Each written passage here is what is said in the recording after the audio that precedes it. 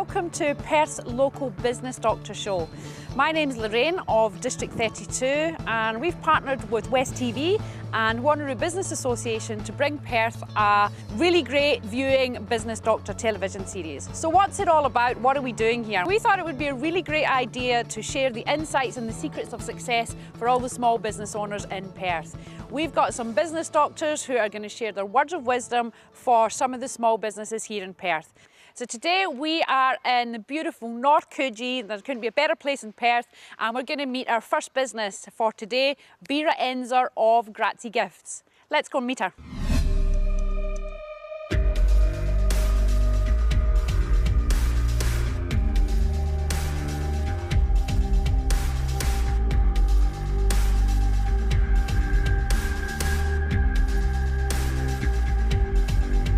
So I'm just going to show you quickly how I make the hampers up. So I've got the basket, putting in, usually people like a bottle of wine and they like some kind of food products to go into the hamper. So I've got a few bits and pieces to pop in. So I've got some hot chili sauce, I've got some nougat, and I'm going to put some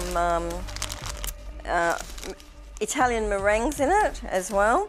So these just act as a bit of a filler.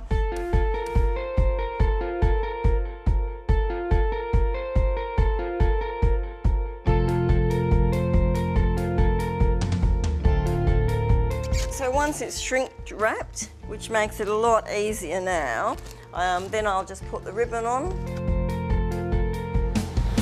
With a gift, you don't really want to be making it a completely branded item. With a gift, you're just saying, great to have known you and thank you for your support. Well, Vera, that was a really nice overview of your business. This is fantastic. It's really great to see where it all happens. Right? Thanks. This is it. This is where it all happens. I'd really like to get a little bit deeper into how you got started, what you're looking to achieve, so that we can get into the nitty-gritty for the show. Tell me, how did you get started? What is behind the Grazie brand? Well, behind Grazie, it really evolved from where I used to work in the liquor industry.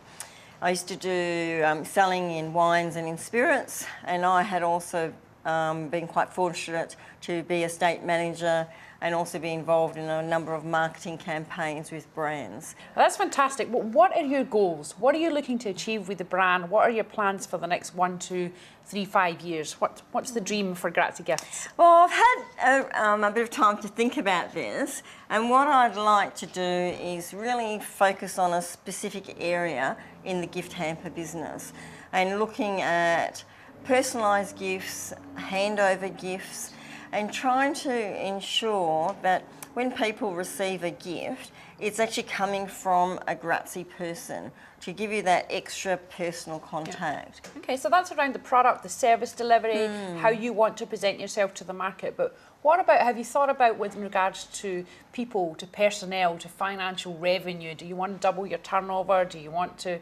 create a retirement plan? Do you want, is it a lifestyle business? Are you hoping to sell the business? You know, what are your goals? I'd like to increase the business with revenue every year by about 15%. Okay.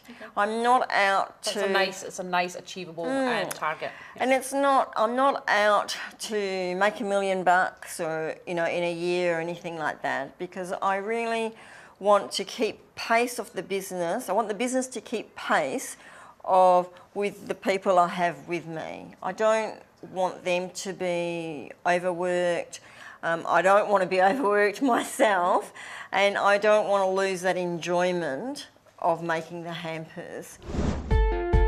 Thank you for welcoming us into your home today. We've had a really great introduction to your business.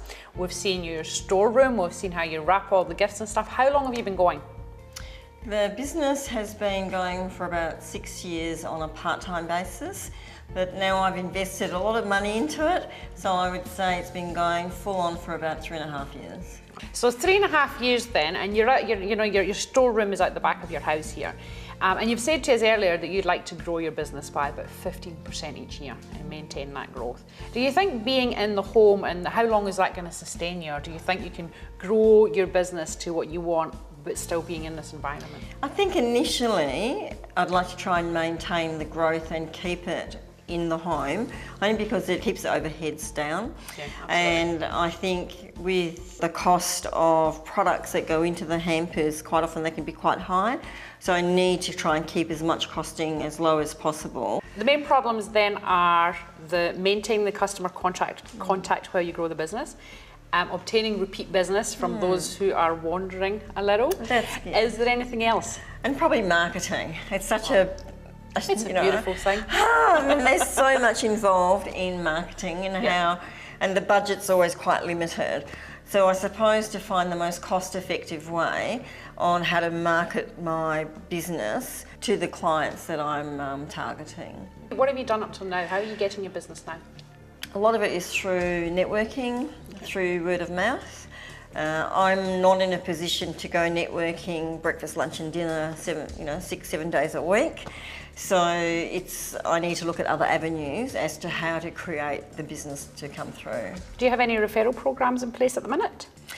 I don't have a referral program in place, and I'm not quite sure how to do that. Okay, well I guess that would be another area of advice that the business doctors can help you with. So let's just recap then before we meet the business doctors. It's how do you grow your business while maintaining that really important face-to-face contact? How do you make sure that the wanderers, or the 50% of your client base, are repeat customers? And also, what's worked for the business doctors in respect of marketing and what hasn't, and what's best for your business and with your budget? Would that be right? That sounds fabulous. Yes, that's beautiful. The three main points. Well, I'm sure they'll be able to give you lots and lots of advice on those points. Shall we meet them? Absolutely. Let's go. As I was listening to them, I was thinking, I wonder what the true vision is, and has the maths been done? What's the margin? And what's the philosophy behind the business? Because if you want to deliver each one of the baskets, then how will you grow? What would that mean in terms of 15% every year? How many deliveries will that be per day? Has those maths been done to really understand what that would mean to do every delivery every day at a 15% growth over year on year on year? So has just the basic maths been done? Well, looking at her problems and that she wants to have that 15% growth and keeping that personal contact, I think the budget has to be done. They need to sort of test whether that is possible and whether Vera herself is able to still provide that personalised service. I imagine that there is a lot of work that happens behind the scenes, and that maybe somebody could be brought in to do that work, so the preparation, the ordering and all of that, allowing Vera to keep that client contact. Good idea. But the other thing I thought about was she has 50% repeat, which is pretty good, but I'm wondering whether the 15% growth, the easiest way to get that may be from existing clients. Yeah. One of the things that's definitely struck me as being important for Vera is the really strong client contact and building those relationships.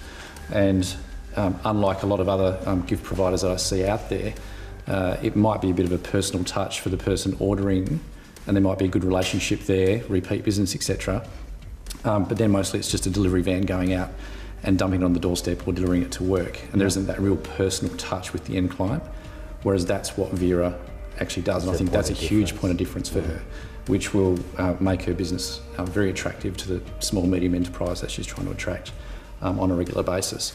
The challenge there is, of course, how does she not run herself into the ground as she grows, maintaining that continual service. So you're right, we need some support, and for her as well, she needs to make sure that the ideas that she's got in her head at the moment are properly mapped out, so that when she does bring on somebody, they understand how the process flows really well. What happens if someone from Geraldton says they want a gift basket? Are you telling me that she's going to get in the car and there's 15% growth year on year? Guys. I don't see where the philosophy is that makes it a scalable business. Personal driving to every... What happens if you're late and they're not there? She is only after 15% Yeah, I was growth. going to say that too. It's not much growth, She's really. not looking for... Doubling. The No, Geraldton doubling. market then. Geraldton, Albany, Bunbury out. Yeah. But you could just put that on your website, couldn't you? We only deliver to, metro area within 20 k's of GPO or whatever the criteria. So the drive isn't money then?